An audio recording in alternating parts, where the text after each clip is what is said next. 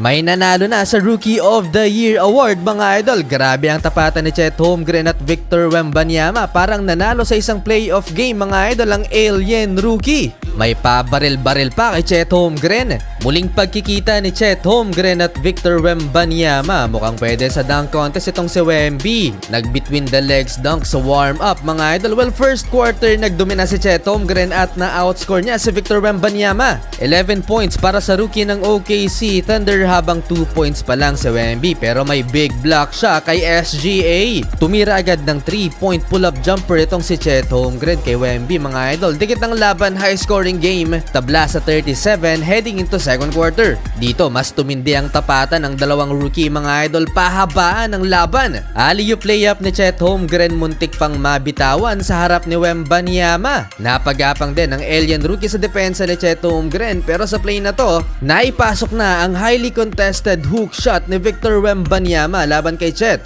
Nagtala naman ng isang block sa first half ang OKC rookie dito mga idol sa San Antonio Spurs. Saktong 9-minute mark, alley-oop dunk by Chet Holmgren pero sumagot sa wing si Victor Wembanyama at naipasok ang 3-pointer naman na to. Finally, in-redeem na rin si Victor Wembanyama at nagtala ng 14 points sa halftime, 69-64, lamang ng 5 ang San Antonio Spurs. 19 points naman para kay Chet Holmgren. Third quarter, nagsimula ang opensa ng San Antonio Spurs. Another 3-pointer by Wembanyama pero pinaglaruan ng depensa niya ni Chet Holmgren at naipasok ang layup na to mga idol sa napakahabang depensa ni Victor Wembanyama. Malupit din ang handles nitong si Chet Holmgren. Hindi pwedeng walang sagot si Wemby. Another 3-pointer dahil nag-drop defense si Chet Holmgren. Umabot ng isang dosena ang pinakamalaking lamang ng San Antonio Spurs mga idol sa current number 2 team ng Western Conference. Pero nag-run pa late third quarter ang OKC Thunder at naibaba sa dalawa ang kalamangan ng home team 98-96 heading into fourth quarter. Halfway mga idol, gamit na gamit ni Wembanyama ang kanyang tangkad. Kita lahat ng nasa court mga idol, assist kay Jeremy Sohan. Nagmintes ng 3-pointer si Victor Wembanyama dahil sa pag-contest ni Chet Holmgren pero ang sumunod na pangyayari mga idol mas tumindi pa. Parang agawan sa MVP mga idol ang dalawang rookie na to. Sinayawan ni Victor Wembanyama si Chet Holmgren at nakakuha ng assist sa 3-pointer na to para sa home team.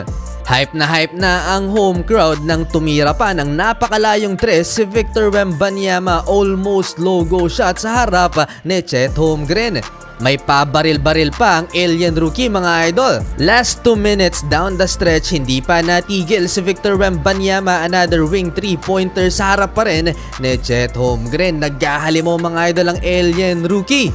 After nyan, eto ang matindi ng i-lockdown niya mga idol ang OKC Thunder rookie. Pasayaw-sayaw pa si Chet Holmgren. Na-block siya ni Victor Wembanyama. Napakasolid ng depensa ni Victor Wembanyama. Para ngayong araw, nalaman na natin kung sino ang mag-uuwi ng Rookie of the Year Award. Hindi na nakapalagpas sa crunch times Chet Holmgren kay Wemby. At na-posterize pa nga. Grabe ang hype ni Wembanyama. Parang nanalo sa isang playoff game si Wemby. 132-118, 28.7 assists, 13 rebounds and 5 block shots para sa alien rookie ng Spurs.